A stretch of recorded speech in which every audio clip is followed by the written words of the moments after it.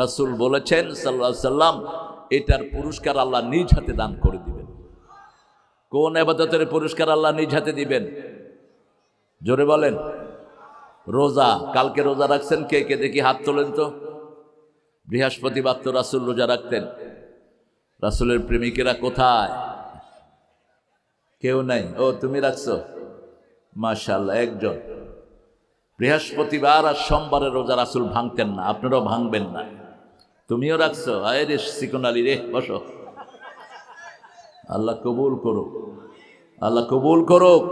মাত্র 2 জন। আপনাদের কি হয়েছে? আপনাদের আজকের বিজ্ঞান বলছে যারা সপ্তাহে 2টা রোজা রাখে এদের পেটের কোনো অসুখ থাকে না, শরীরে কোনো রোগ থাকে না। সুবহানাল্লাহ।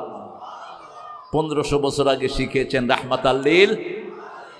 রোজার ব্যাপারে একটু বেশি বললেন আল্লাহর হাবিব, আনা আজজি বিহি আও উজজা বিহি। আল্লাহ বললেন আমি রোজাদারের জন্য নিজ হাতে পুরস্কার দেব, অথবা আমি আল্লাহ নিজেই রোজাদারের পুরস্কার হয়ে যাব।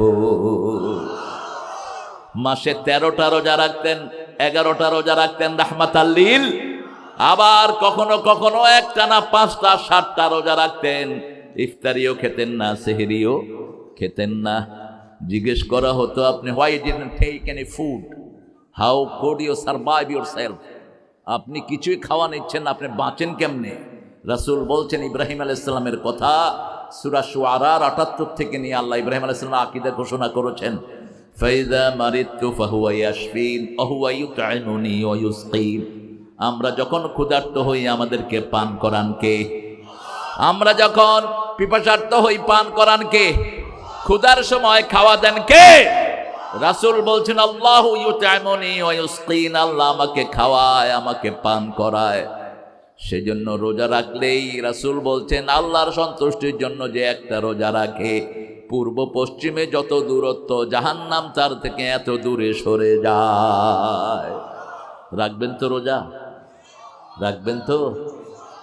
আর 2 মাস রাসূল সব রোজাগুলো রাখতেন। 2 মাস লাগাতার রোজা রাখতেন। একটা হলো শাবান আর একটা হলো রমজান। তবে শাবানে আমাদেরকে বলেছেন শেষের দিকে তোমরা বেশি রোজা রেখো না, তাহলে তোমরা ক্লান্ত হয়ে যাবা। কিন্তু রাসূল শাবানের 30 দিন, রমজানের এই 60 দিন একটানা রোজা রাখতেন রাহমাতাল লিল আলামিন। আর বলতেন তাসুমু তাসিহু তাসুমু তাসিহু, রোজা রাখো শরীরটাকে ভালো করে দিবেন কে?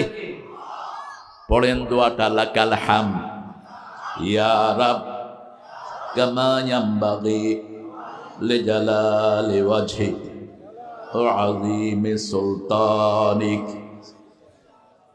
পড়ছেন তো ভালো করে? দোয়াটার অর্থ হলো আল্লাহ আপনার ক্ষমতা যদ্দূর, আপনার প্রশংসা করে দিলাম তদ্দূর।